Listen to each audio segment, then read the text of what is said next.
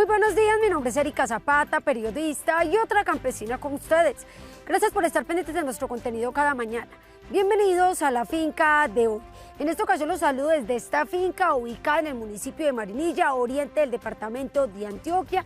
Este predio se llama El Paraíso. Miren, se dedican a dos actividades: a la siembra de hortensias para exportación, también tienen cultivo de hortalizas, diferentes variedades que se venden en la plaza de mercado del municipio de Marinilla. Este proyecto ha salido adelante. Miren, aquí el clima a veces es caliente, a veces es frío, un lugar muy central donde habitan muchos campesinos. Bienvenidos al capítulo de hoy.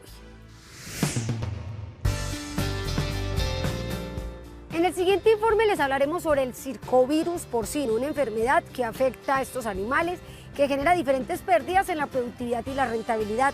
Les daremos una serie de recomendaciones para prevenir y controlar esta patología. Todos los detalles en instantes. En el siguiente informe desde el departamento de Cundinamarca les vamos a contar la historia de una pareja de emprendedores que están implementando una estrategia para mejorar la productividad de su explotación lechera hasta en un 40% esa rentabilidad. Todos los detalles en instantes. Ya les daremos una serie de recomendaciones de inocuidad que se deben aplicar en la cosecha de Sacha Vinci, esto para no afectar la inocuidad ni mucho menos el valor de esa producción. Todos los detalles en instantes.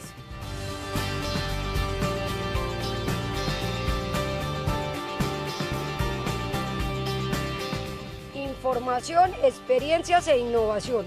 Acompáñenos en este recorrido agropecuario por Colombia.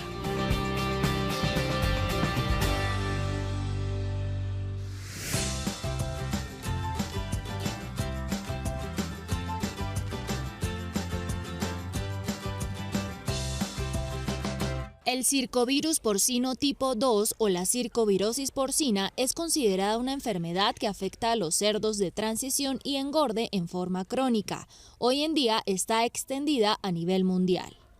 Este virus no tiene envoltura, por esta razón tiene mayor resistencia hacia desinfectantes y en general al medio ambiente.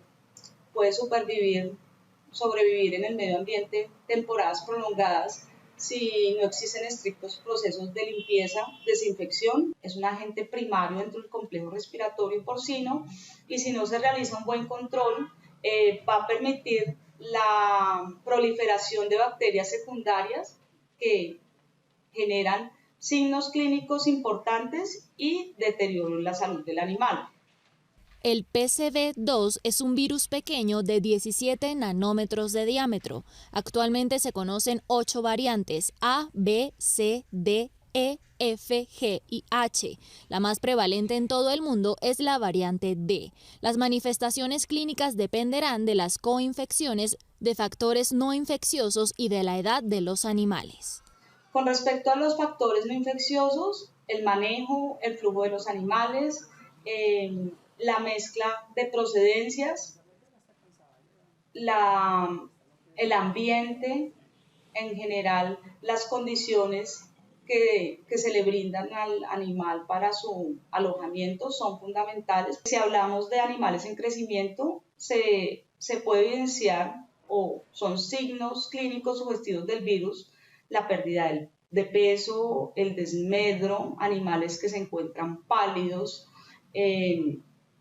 animales que tienen conversiones muy altas, tasas de mortalidad variables, incluso tasas de mortalidad elevadas, signos respiratorios asociados a neumonía. Incluso cuando se realiza la necropsia de estos animales se evidencia lesiones macroscópicas de neumonía intersticial.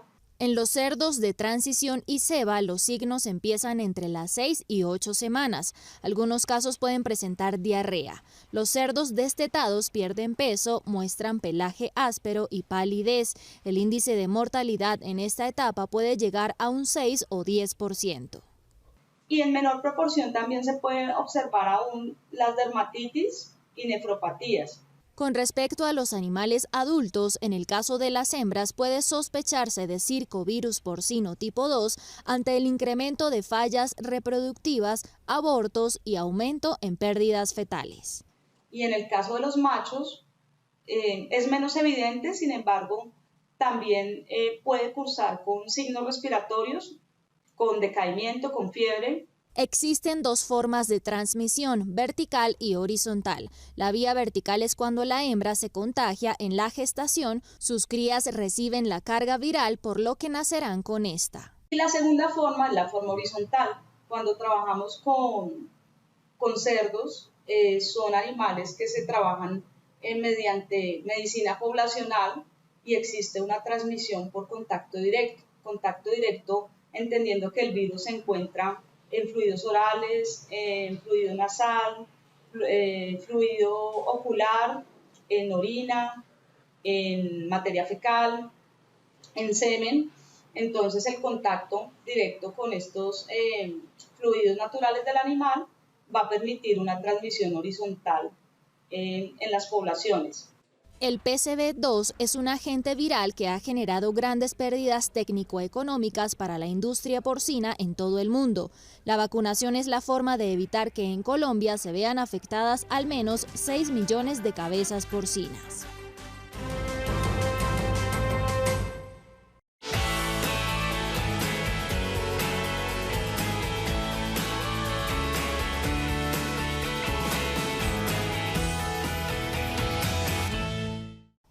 El año pasado en Colombia la producción porcina nacional cubrió el 87% del consumo local.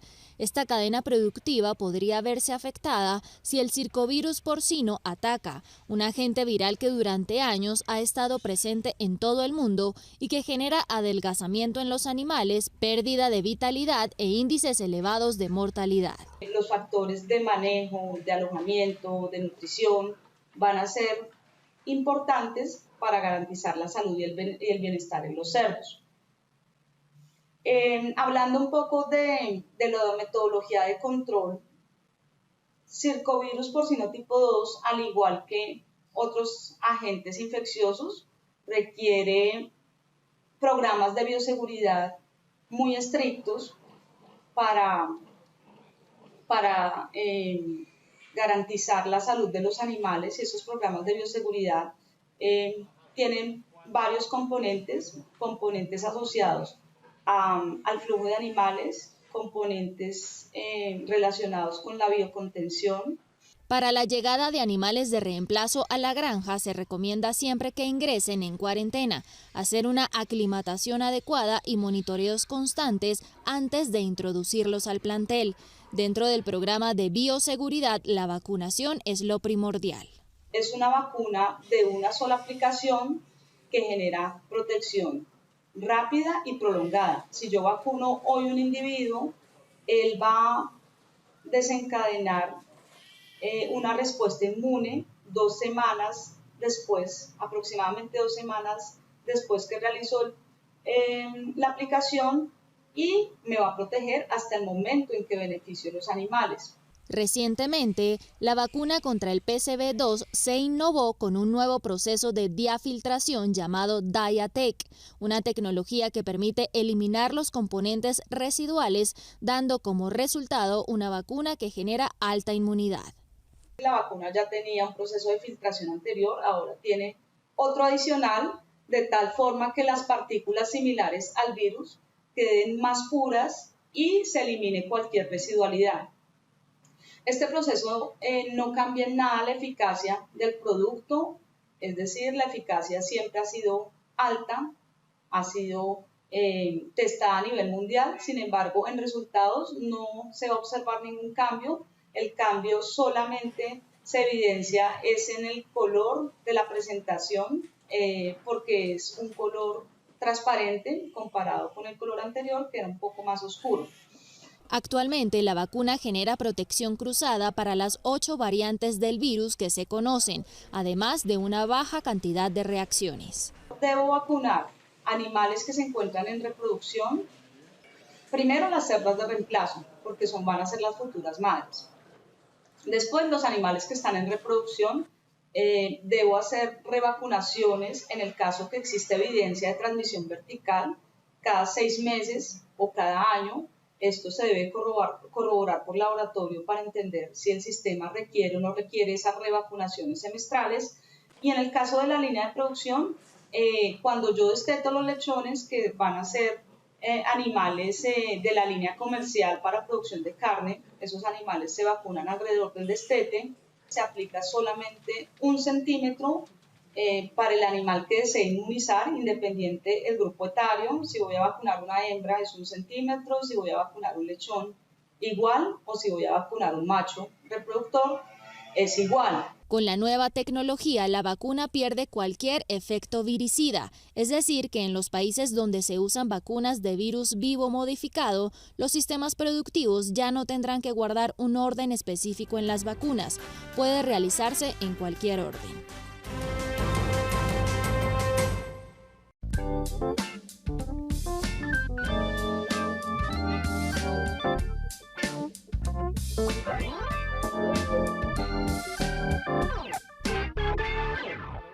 Ingeniero agrónomo, maestro y doctorado en mejoramiento genético de la Universidad de Brasilia, Wilson Anchico Jojoa tiene la responsabilidad investigativa del primer vivero de azaí del país, ubicado en Puerto Asís, Putumayo, con capacidad de albergar 110.000 plántulas a la vez. El trabajo se fundamenta en 2 variedades. Precatória es la nativa y Oleracea es la que ya se está trabajando de forma de un control más agronómico. Tenemos un potencial grande.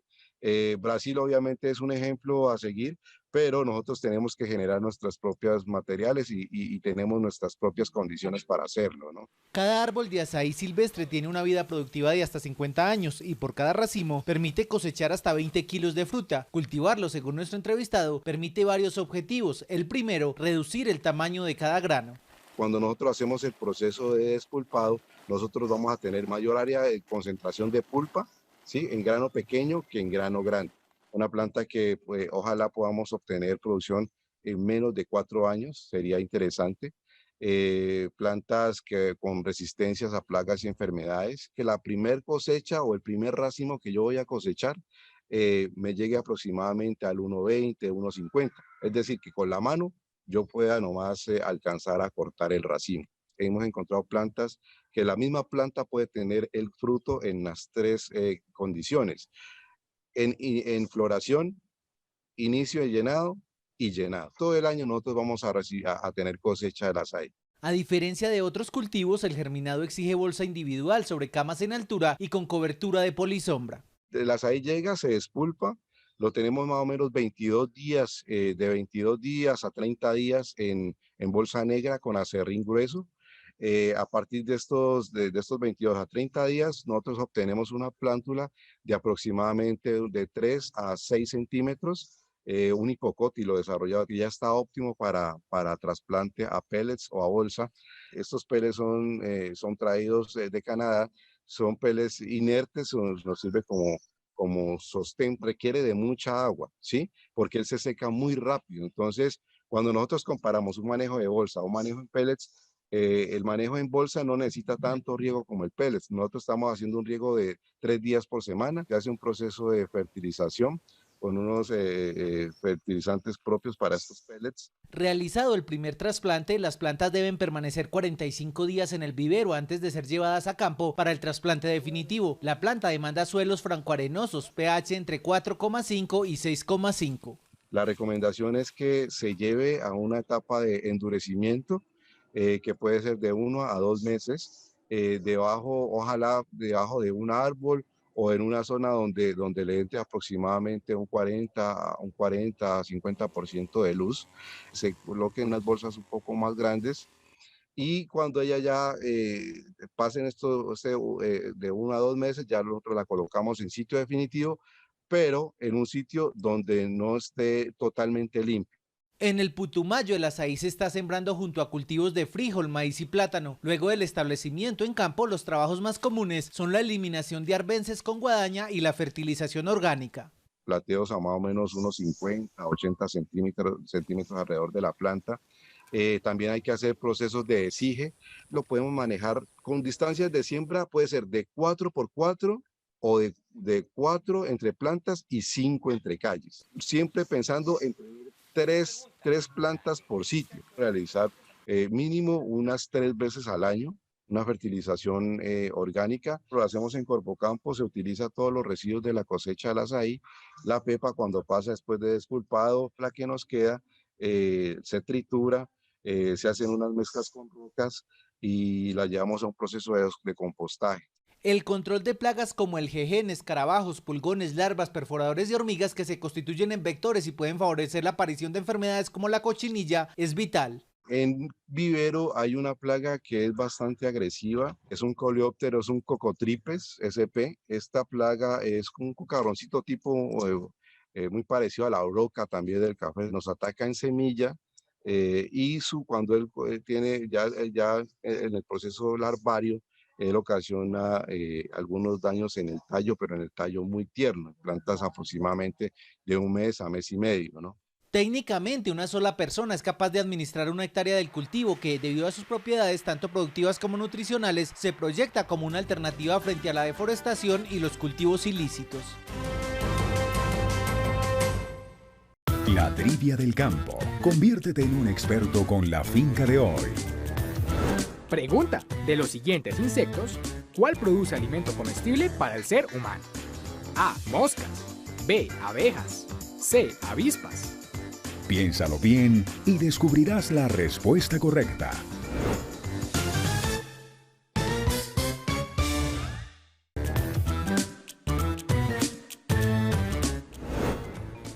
Pregunta: de los siguientes insectos, ¿cuál produce alimento comestible para el ser humano? A. Moscas.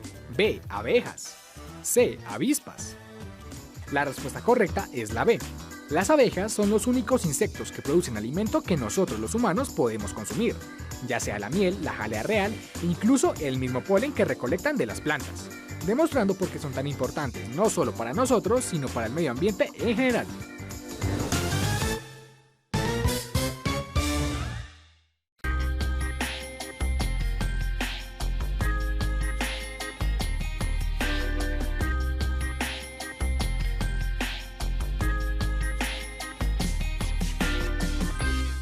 La bogotana Carolina Abril, su compañero riohachero Simer Ojeda y su pequeña hija nacida como bebé canguro llegaron a mediados de 2020 a Usme, Cundinamarca, buscando un lugar tranquilo donde refugiarse del COVID-19. Lo que no imaginaron es que en la finca El Cóndor, ubicada en la vereda Olarte, despegaría vuelo su negocio de productos derivados de leche de vaca, empezando prácticamente de cero. Estábamos haciendo como 40 litros de leche y ha sido un crecimiento espectacular. Y estamos en un 42%, se aumenta por el valor agregado de cada queso, de cada producto. El vivo ejemplo de que aquí se pueden hacer cosas exitosas, que lo único que tiene que tener uno es una proyección y buen gusto. Una mujer en el campo sí puede salir adelante con un emprendimiento y con buena compañía. No. El valor agregado que dan a cada litro de leche se fundamenta en más de una docena de recetas, preparaciones que realizan en 2 espacios adecuados para tal fin, y la comercialización la realizan a través de redes sociales y de esta pequeña tienda que adecuaron en la orilla de la carretera.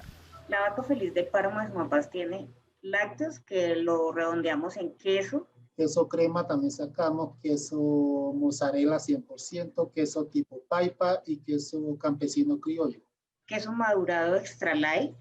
Yogures con envase de yogur griego, 100% sin colores ni sabores artificiales, con el néctar de las frutas orgánicas que nacen aquí en nuestra finca, como por ejemplo la uchúa, la fresa, la mora, la manzana verde, la pera. Y ahí mismo también transformamos lo que es los postres derivados de la leche, como el chicharrón de cuajada, dulce de papa, ¿qué más? Postre de 3 leches. Y tenemos la zona de panadería. Hacemos mantecadas de leche, alfajores de leche y los ponquecitos de leche.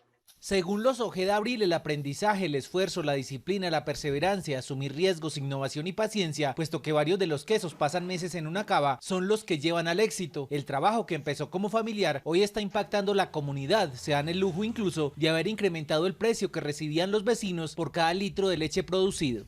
La libra de queso madurado extra light, a los 2 meses la tenemos a 12.000 pesos. Pero si vamos a ver ese mismo queso en 4 meses, ya aumenta. El carro pagaba la botella de leche a 600 pesos. Entramos nosotros a que nos hicieran el favor y nos vendieran la leche y la subimos a 650. El carro ya se vio como en amenaza y la subió a 700. Nosotros dijimos, no, la vamos a pagar a 800 pesos, son 200 pesos por botella que ya les adicionamos. El objetivo, según ellos, aparte de expandir sus ventas, ya están trabajando en la construcción de la denominación de origen, es construir tejido y mejorar las condiciones de vida de su entorno social, con la compra de los productos que necesitan diariamente para la elaboración de sus recetas. Un mes le compramos el bulto de papa a la familia Cristiana, otro mes a la familia Coles. Otro mes vamos surtiéndonos así para hacerle la compra a varios y no solamente a uno. Entre los requisitos para garantizar calidad están el trabajo con leche proveniente únicamente de vacas Normando y Jersey, que esta leche sea producida bajo altos estándares de inocuidad y que no tenga agua adicionada. El cumplimiento estricto de protocolos en el procesamiento de las frutas hacen parte también de su modelo. No utilizamos ni colores ni sabores artificiales, entonces hacemos la conserva que queda como néctar de fruta. El néctar. Y ya después de tener la base del yogur, que es un yogur griego, lo adicionamos y eso no tiene ningún, no tiene ningún efecto para cortarse o para que se sepa agrio o algo así, no. Por estar en una zona declarada como Parque Nacional Natural, puesto que el Sumapaz es nada más ni nada menos que el páramo más grande del mundo, los Ojeda Abril tienen sus propios protocolos de responsabilidad ambiental. Preferimos no botarle el suero para no tener esa contaminación. Y estamos haciendo unos biofertilizantes para los cultivos. Aseguran además que sus empaques y etiquetas son biodegradables.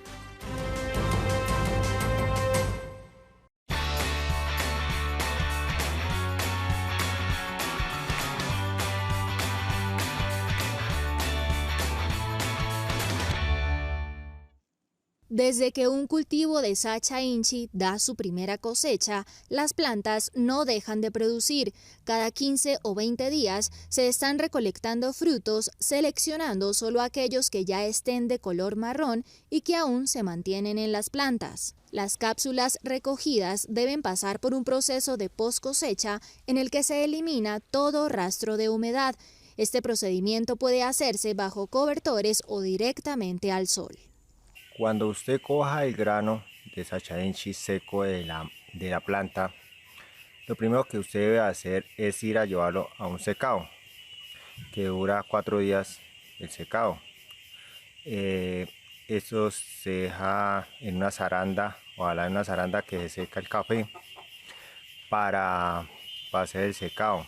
El proceso también se puede hacer en pisos de cemento limpios, previamente desinfectados para no contaminar las estrellas del Sacha Inchi.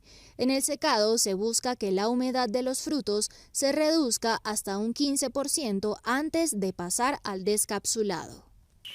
Ella comienza a reventar. Cuando ella comienza a reventar, ahí es cuando ya está lista para empacar en lonas. Es importante que en el secado no se mezcle una cosecha antigua con una nueva. De ser así, habría estrellas ya secas, mientras otras aún permanecen frescas, lo que podría generar pudrición.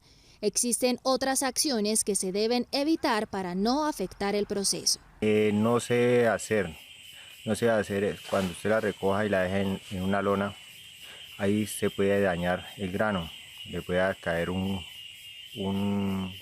hongo y ese hongo no hace que salga bien el grano para el aceite, porque ahí la mayoría se saca ese aceite de ese producto. No dejarlo en lonas, no montonarlo húmedo, porque se le puede dañar, llama mucho hongo y ese hongo daña todos los productos de la Sacha Inchi. Por ejemplo, para el aceite, si lleva hongo, entonces toca hacer una escogida, lleva un poco de gastos. Entonces se le recomienda no montonarla, recogerla húmeda, para así mismo ustedes poder venderla bien, porque si lleva mucho humedad y que huela, coge un olorcito como a mojo, entonces el comerciante lo que hace es pagarle barato ese producto. Entonces si usted la saca al comercio seca, pues le van a pagar excelente el producto. Se estima que la humedad óptima de secado del grano debe estar entre 8 y 10% para que en el proceso de descapsulado que se realiza manualmente o con maquinaria especializada, la cáscara se desprenda fácilmente y se obtenga la almendra. El almacenamiento de las estrellas secas debe hacerse en sacos y mantenerlos en lugares secos y limpios, preferiblemente sobre estivas u otras superficies que eviten el contacto directo con el suelo y no deben preservarse por un periodo mayor a 60 días para que no pierdan sus propiedades.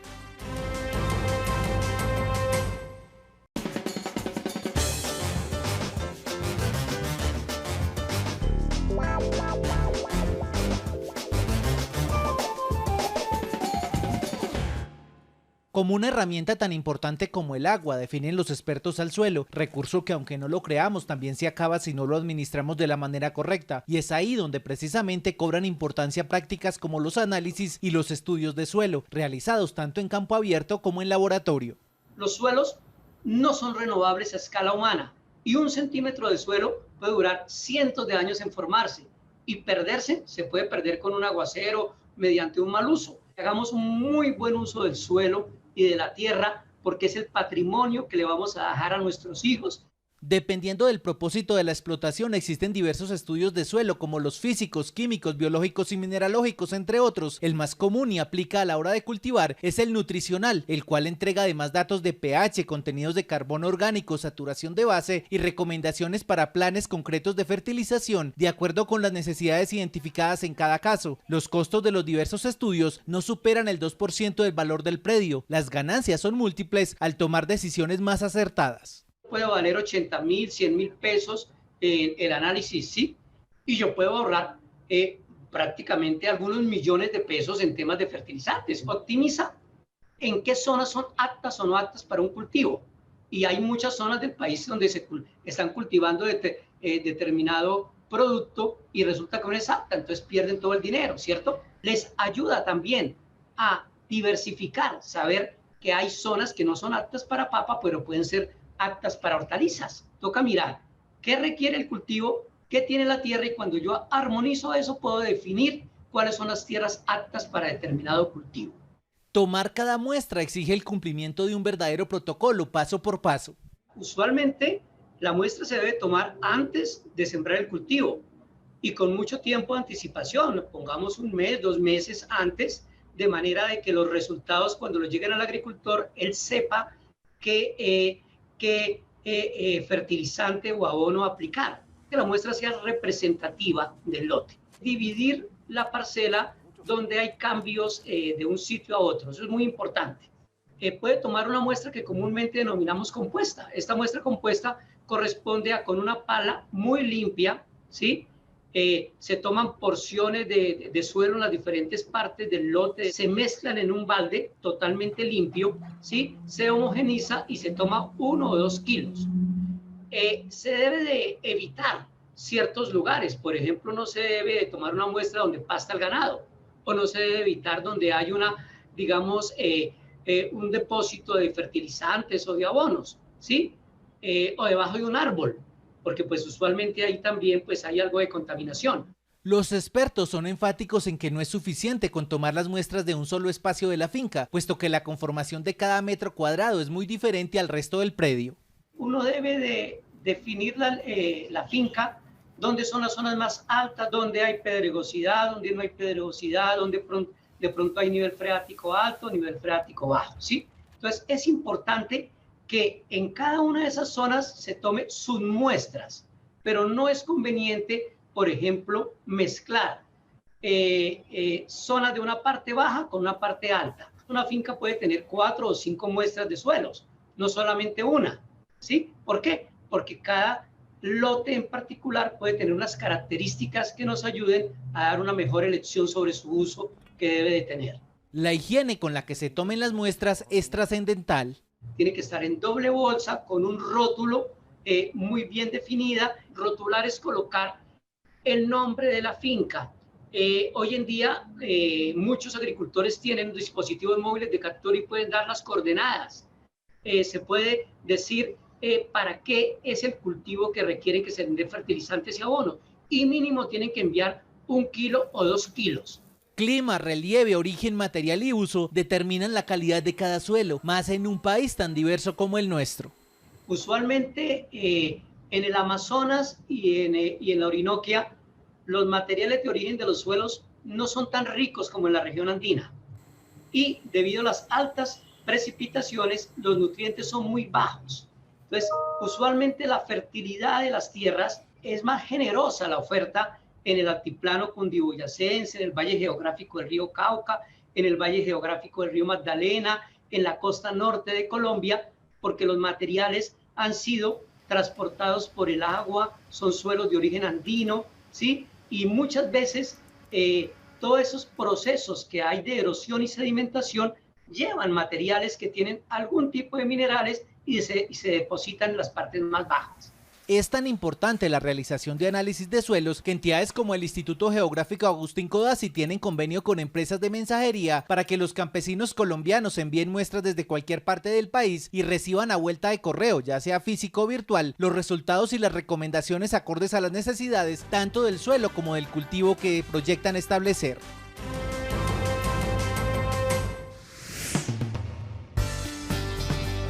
Al regreso, hablaremos de la relación entre la actividad ganadera y el bienestar animal y la sostenibilidad.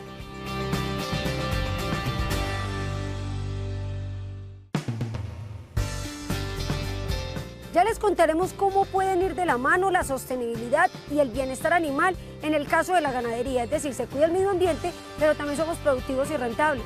Todos los detalles y las recomendaciones en la finca de hoy. Les vamos a contar sobre un proyecto de plantas aromáticas para extraer aceites esenciales, pero también que tiene fines medicinales. ¿Cómo lo están ejecutando? Ya se los contamos. Continuamos con este recorrido agropecuario por Colombia.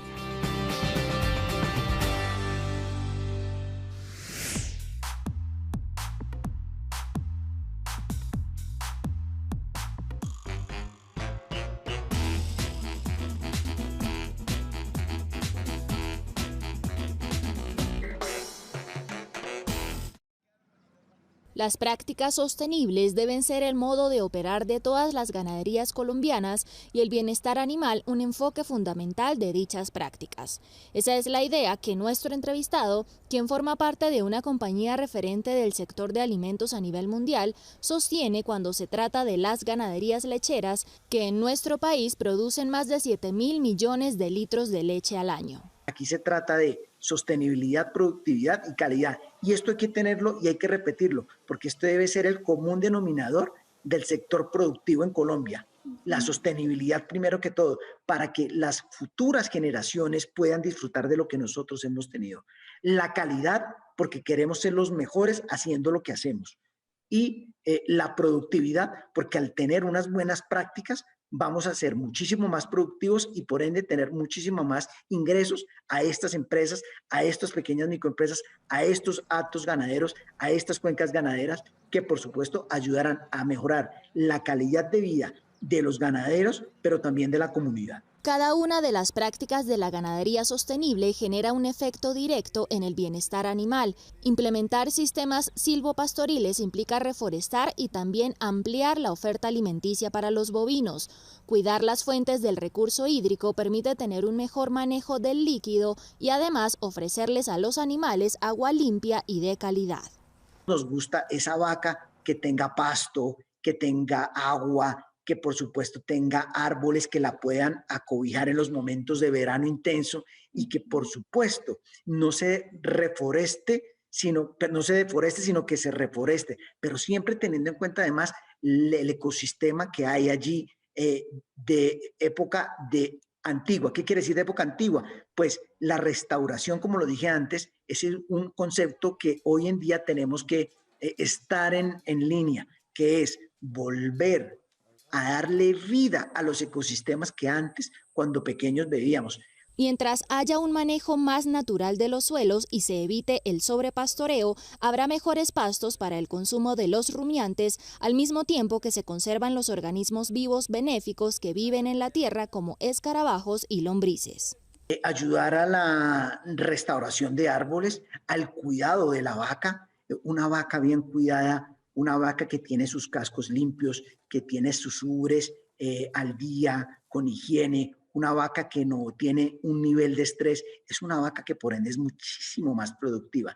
De manera que también tiene un componente con el animal que nos provee este delicioso nutriente, pero además con la tierra, que es un aliado tan importante, el manejo de los pastos, el manejo de la cuenca hídrica. Actualmente, las compañías productoras de alimentos en el país y a nivel mundial reconocen las buenas prácticas que los ganaderos tengan con la conservación del medio ambiente y el bienestar de los animales. Esos esfuerzos son remunerados con incentivos económicos para que pequeños y grandes productores de leche se sumen y sigan comprometiéndose con la ganadería sostenible como el modelo ideal para lograr una mejora continua.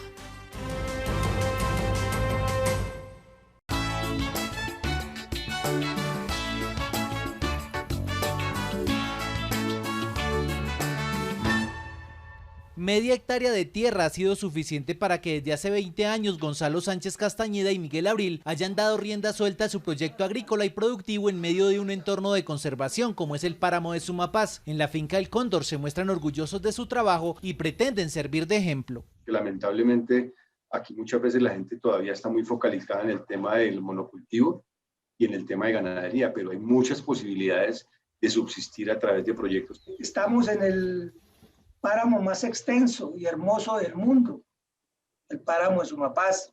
Yo me siento orgulloso, lo grito a los 4 vientos. Aparte de respetar la zona de protección delimitada, lo que incluye buenas prácticas agrícolas y producción a pequeña escala, el mayor desafío está en las condiciones climáticas con temperaturas promedio de 7 grados centígrados, por lo que los principales aliados en el cultivo de las plantas aromáticas y medicinales han sido 2 invernaderos.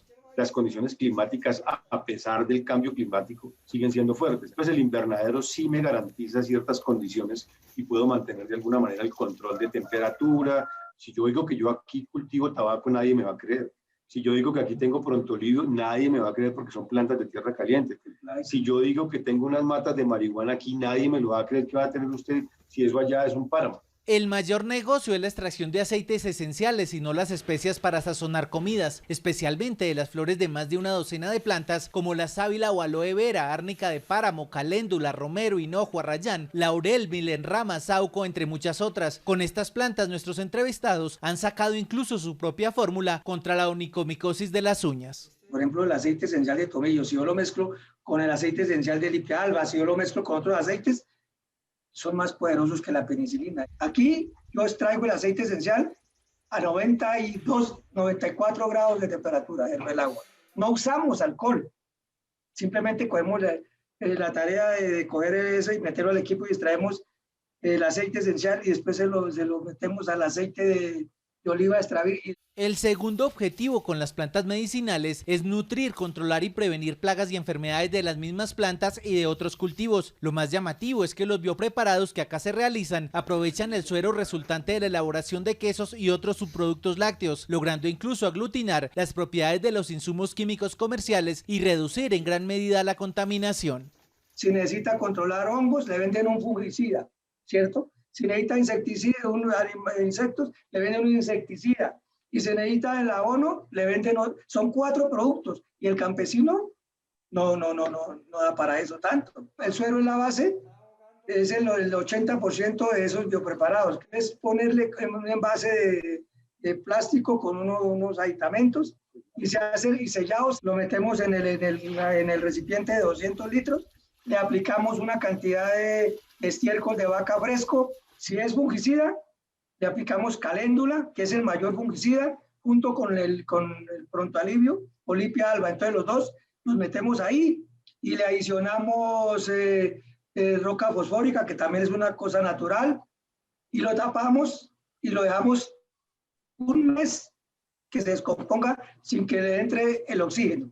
Y tenemos el mejor, entonces ya tenemos 3 en 1. Resulta que si yo mezclo el pique con la ortiga, es un fertilizante que reemplaza cualquier químico sintético. La mayoría de las plantas cultivadas es perenne, es decir, que permite varias cosechas y se aprovecha cada 3 meses. A pesar de ser productos naturales, los productos resultantes se aplican también con cierta regularidad. se fumiga una vez al mes.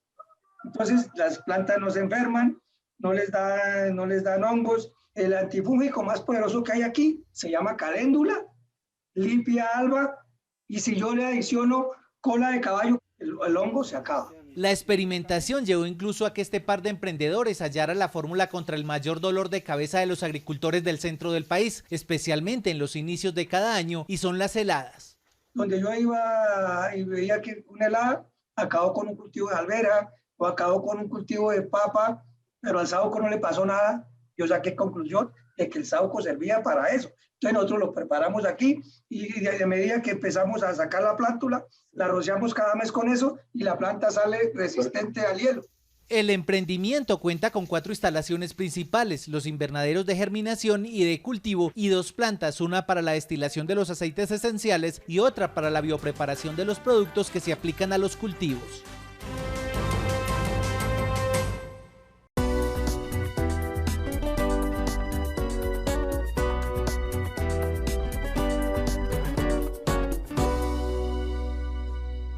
La multifuncionalidad de los búfalos en sistemas de producción pecuaria les otorga a los criadores la posibilidad de ampliar los propósitos de sus explotaciones.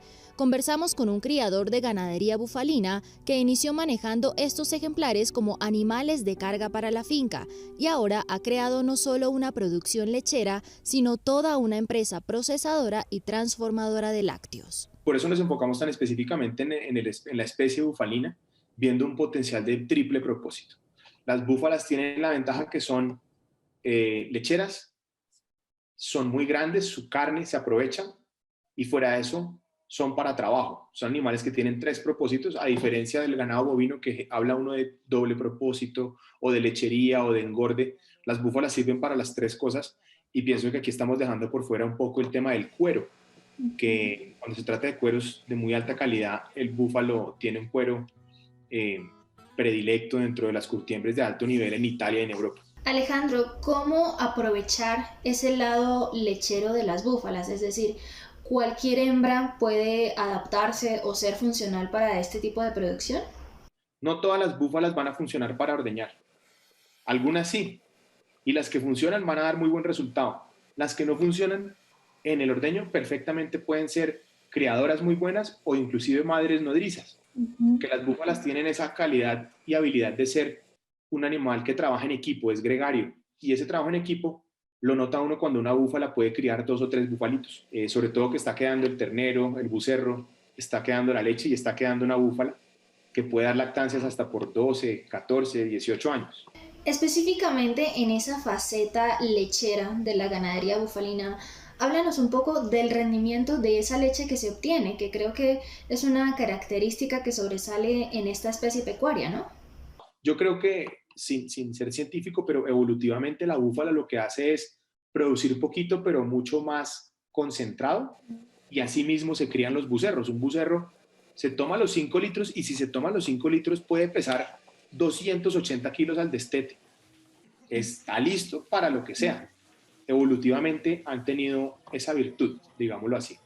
Alejandro, ¿hace falta como fomentar ese conocimiento acerca de la versatilidad de la ganadería bufalina en líneas generales? También quería preguntarte, ¿cómo ves el panorama actual para este tipo de producciones pecuarias, especialmente en el país? Eso es lo que hemos estado en la pedagogía, de enseñarle a todos los productores las virtudes del búfalo. Lo estamos viendo, hay una dinámica importante. Hoy en día el precio de la búfala ha mejorado mucho.